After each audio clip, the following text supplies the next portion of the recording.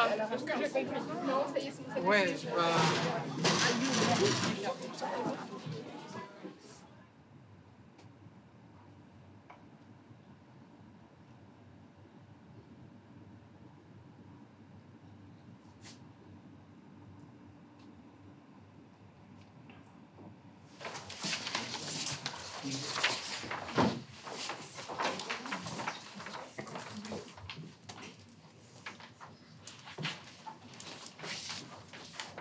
j'ai pas vu son nom signé, je crois que c'est ça.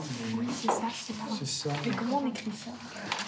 Ces jeunes entendants ont eu envie d'apprendre cette langue. Ils ont choisi la langue des signes. Alors, seconde, puis première et terminale, cet apprentissage se fait sur un cycle de 3 ans. Et cette option LSF compte au baccalauréat.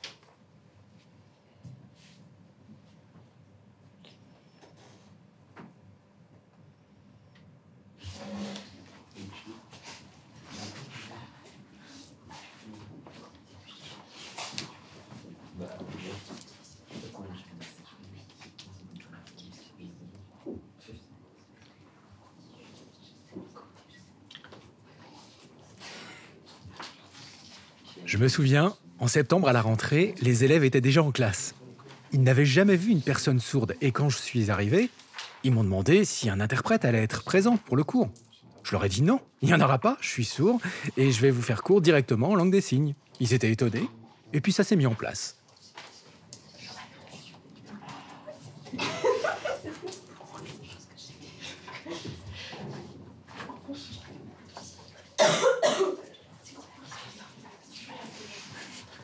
Comparé à d'autres langues qu'on a travaillé pendant 2 ans, 3 ans comme l'espagnol, je trouve que cette langue-là, on l'apprend beaucoup plus vite parce que du coup notre professeur il est sourd. Donc l'apprentissage, moi je trouve que c'est beaucoup plus simple. La langue, c'est aussi bien pour plus tard. Moi j'aimerais bien devenir sage-femme. Je trouve que c'est bien pour le contact. Le fait aussi que la langue soit visuelle, je trouve que, moi j'ai une mémoire visuelle et c'est plus facile de la retenir, je pense, que retenir des règles de grammaire, conjugaison, comme l'espagnol ou l'allemand. Et c'est génial. Moi, personnellement, je suis dyslexique et dyspraxique. Du coup, ça joue sur la motricité. Et c'était une langue qui était vraiment super accessible pour moi. Et du coup, j'ai quand même un peu une satisfaction d'arriver à maîtriser une langue que, contrairement à d'autres langues, j'ai du mal. Et le prof, il est vraiment bienveillant et tout.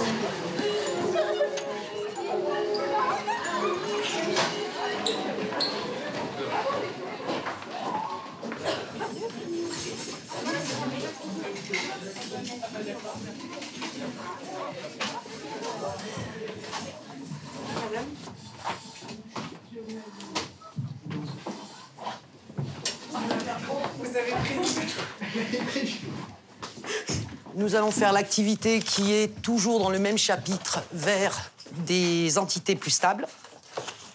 Je vous donne le protocole. Je vous laisse en prendre connaissance.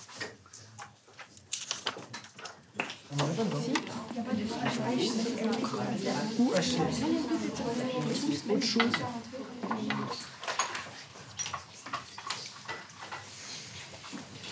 Voilà, tu mets ton eau, tu la répartis dans plusieurs tubes à essai.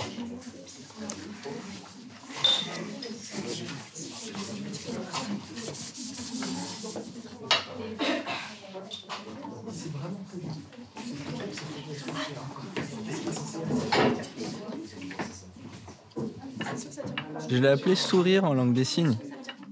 Parce que Laurine, en fait, elle sourit souvent.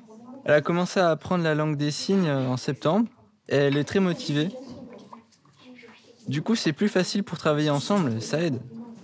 Sans l'option LSF pour les entendants, ça serait plus difficile. Alors qu'avec cette option, ils savent ce que c'est que la langue des signes. J'ai pas besoin d'expliquer ce que c'est que d'être sourd. C'est bon.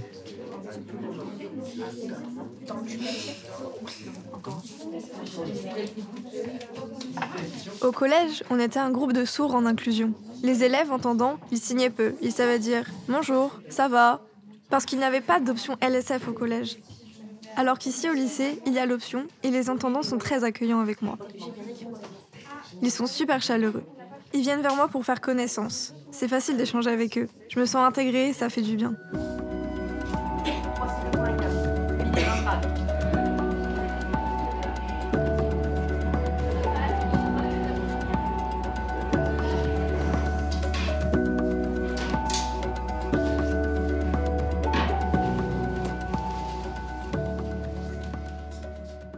Vous allez regarder cette vidéo.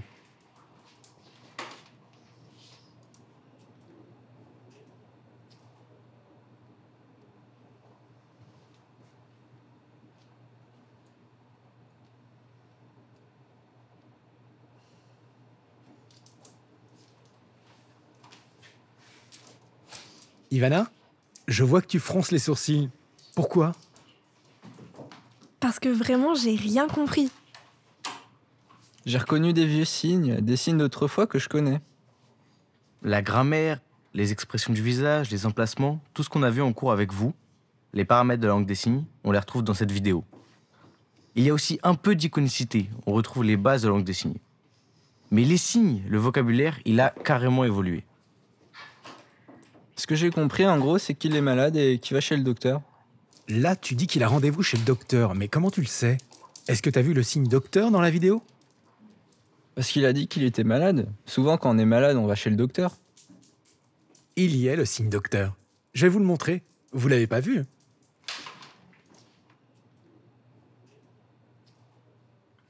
Docteur, sur le front, là. D'accord. Ah ouais. À votre avis, pourquoi docteur est signé à cet emplacement? Un docteur, on se dit que c'est quelqu'un qui a des connaissances. Il a fait des études pour soigner les gens. Et le front, en langue des signes, c'est la place du savoir. Alors, docteur, infirmier, professeur, policier, ces différents métiers sont placés au même endroit sur la poitrine. Pourquoi? Bah, mon hypothèse, c'est que comme on aime son métier, on le signe à l'endroit du cœur. Docteur, professeur, peut-être que c'est pour ça. Ces élèves font partie d'un parcours bilingue. Un PEJS, Pôle d'enseignement des jeunes sourds. Il est précisé qu'au sein d'un parcours bilingue, les cours de LSF sont obligatoires pour les élèves sourds. Contrairement aux élèves entendants pour lesquels il s'agit d'une option. Donc c'est très différent. Dans ce cours, les élèves sourds apprennent à prendre du recul, en étudiant leur langue, la grammaire, l'histoire des sourds, ce qu'on appelle la littérature sourde, comme les entendants le font en cours de français. Dans ma famille, on est tous sourds.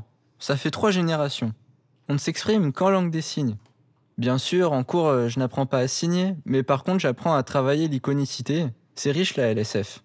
Il y a les transferts, les emplacements et tout ça, j'en ai besoin. Parce que les entendants, ils savent parler français, mais ils ont quand même des cours de français. Bah, c'est pareil pour moi avec la LSF. Alors moi, j'ai un défaut que je dois corriger. C'est que je suis en français signé. Ou bien que je signe et parle en même temps. Et ça, il faut éviter. D'avoir des cours de français à l'écrit et aussi des cours de langue des signes, ça m'aide à dissocier les deux langues. C'est plus clair, je suis soit dans une langue, soit dans une autre. Ces cours de langue des signes sont importants. On parle des signes d'autrefois et comment les sourds vivaient à l'époque, quelle place ils avaient dans la société. Je découvre tout ça. C'est vraiment important d'avoir des cours de LSF. Attends, on va passer.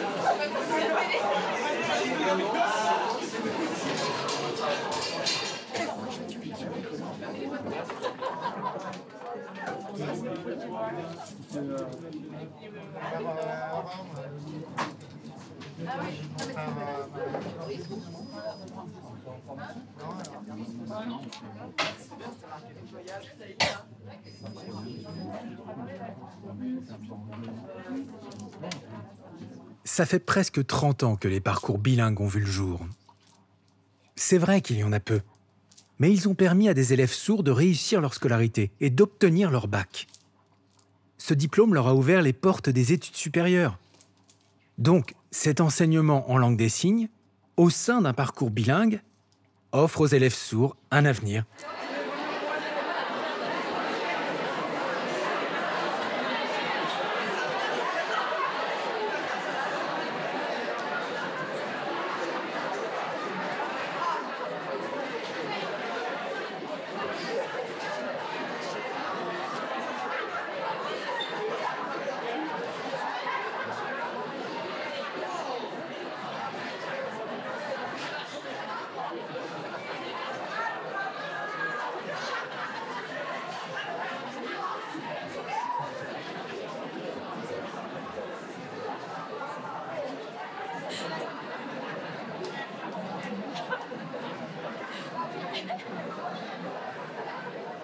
Nous reprenons notre thématique sur la bipolarisation du monde et la guerre froide. Nous avons travaillé hier sur la place qu'occupent l'Allemagne et Berlin dans ce contexte de guerre froide.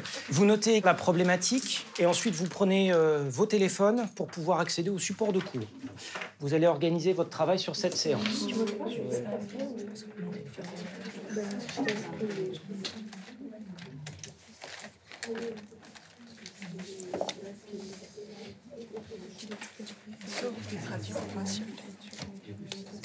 Tout à l'heure, j'ai entendu le prof, il disait à d'autres élèves, en fait, périphérique, c'est-à-dire que la guerre n'est ni sur le sol américain, ni sur le sol soviétique.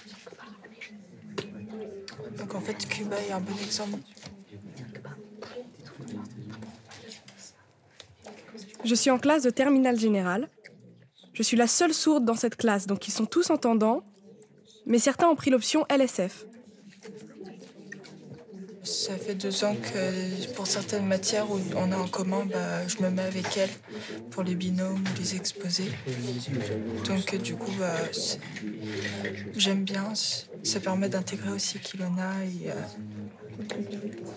Et c'est vrai qu'on n'a pas forcément besoin d'interprète. Des fois, quand c'est des phrases plus longues, du coup, je suis amenée à demander de l'aide d'un interprète. Mais sinon, des fois, j'arrive à me débrouiller aussi. Je me sens bien intégrée dans cette classe. C'est agréable et c'est grâce à l'option LSF. Ces élèves connaissent la langue des signes et ne portent pas de jugement sur moi. Je vois qu'ils sont motivés et ça me motive aussi.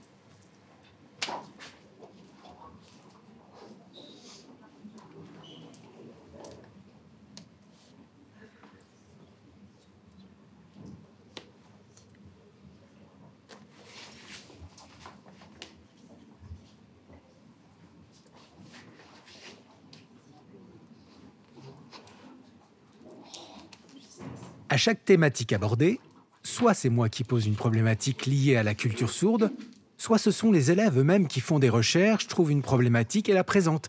Et ça pour chaque thématique.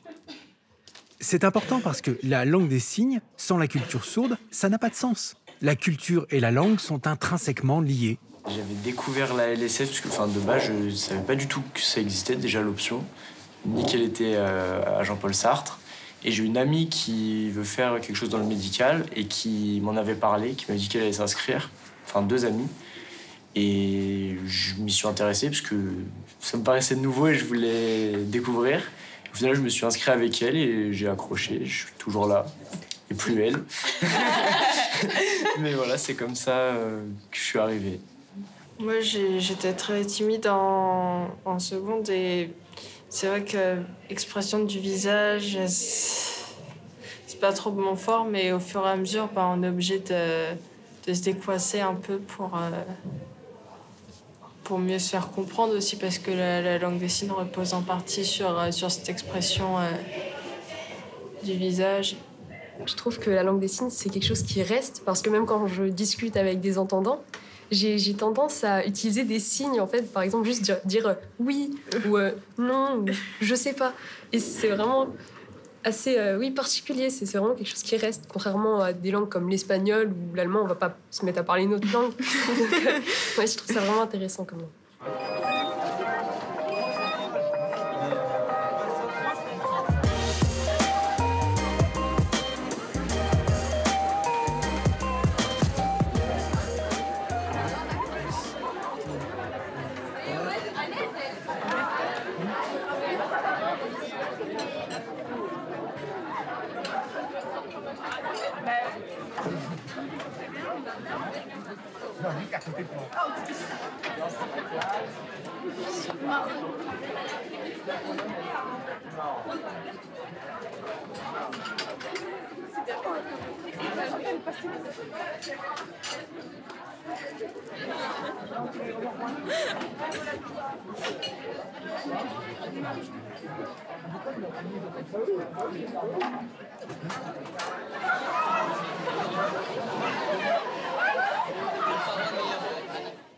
Des sujets d'épreuve de philo.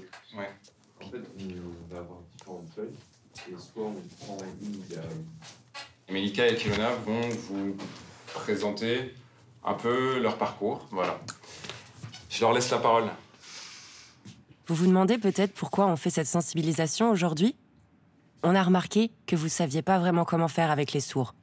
Et qu'ici, on ne vous avait pas expliqué. Ce lycée est un des rares en France qui propose un parcours bilingue. Et il y en a très peu. En tout, il y en a 4.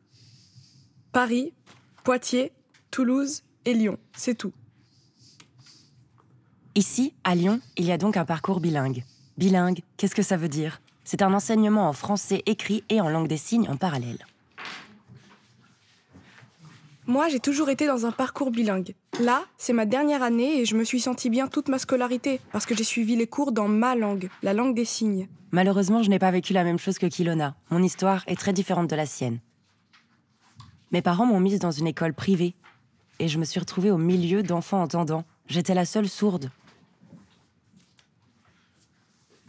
J'ai dû apprendre à lire sur les lèvres et aussi apprendre à parler pour m'adapter aux entendants.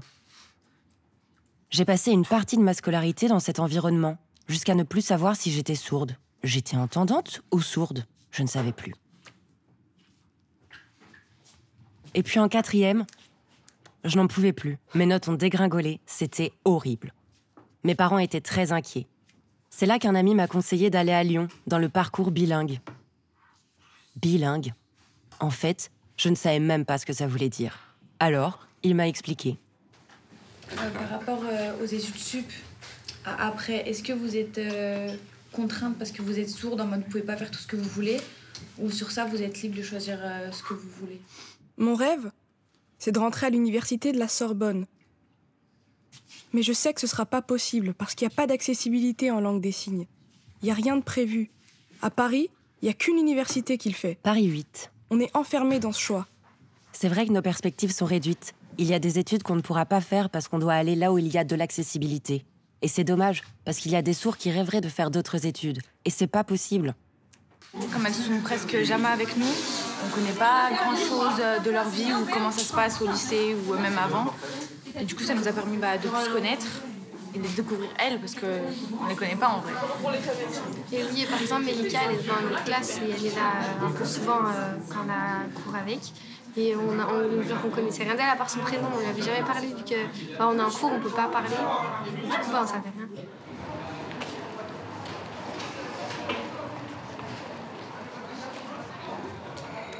Je suis né sourd. Mes parents sont entendants et pour ma scolarité, ils ne savaient pas quoi faire. C'est tellement compliqué pour les enfants sourds. Dans ma famille, ils sont tous entendants.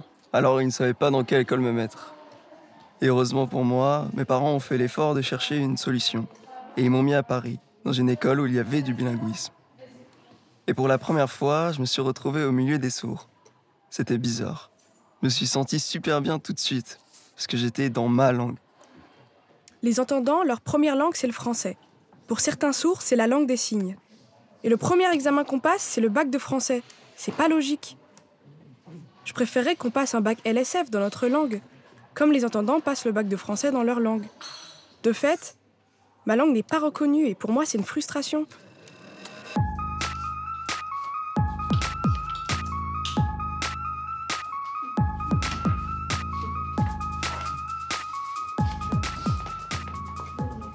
Donc moi, je suis le seul sourd dans cette classe. Ils sont tous entendants, on a à peu près une trentaine. Le seul sourd en inclusion.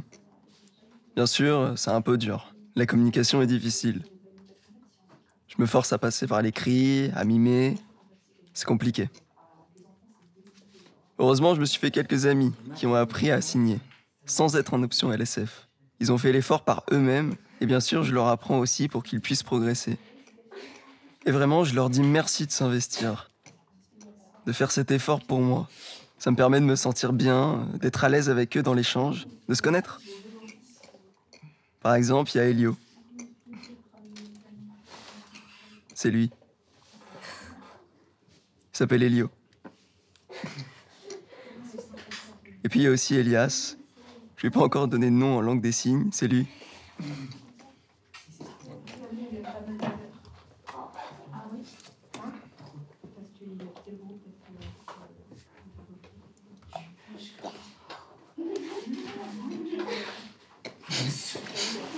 Elio a dit je jouais au foot et que moi, je pouvais venir avec vous pour vous regarder.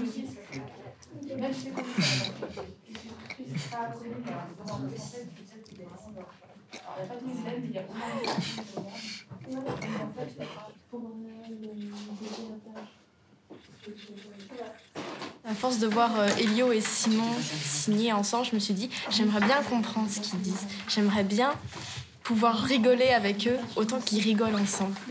Mais juste là, avec ce premier semestre, je trouve que ça m'a beaucoup appris déjà à accepter les autres par rapport à leurs différences et puis apprendre que c'est souvent ceux qui ont la capacité de pouvoir s'adapter aux autres. C'est à nous de nous adapter et pas aux autres de s'adapter. Au début, oui, c'était difficile.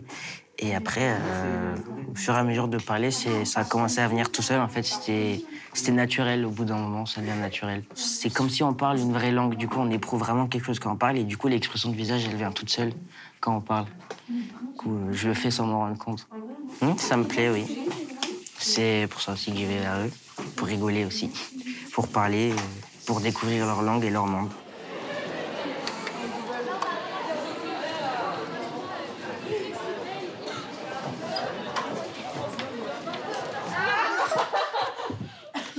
J'arrive. On le refait là? Ok. Ok. Vous avez pensé? Ah non. Première carte. J'ai rien compris là. Tu parles beaucoup trop. Allez, on joue. Je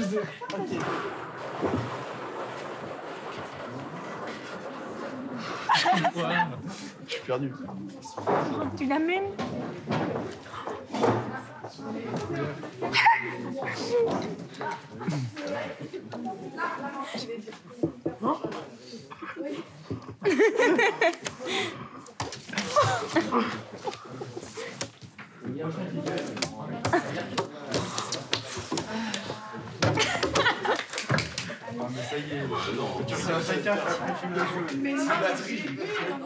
Pour moi, c'est très important que cette option LSF existe et que les entendants aient la possibilité d'apprendre cette langue. C'est une bonne chose parce que ça va changer leur regard sur les sourds et sur la langue, leur faire prendre conscience qu'il s'agit d'une vraie langue, qu'il existe une culture sourde. Grâce à tout ça, à l'avenir, on vivra dans une société plus ouverte d'esprit, où il y aura plus de relations entre sourds et entendants, car plus d'échanges. C'est pour cette raison que ces cours de langue des signes sont essentiels.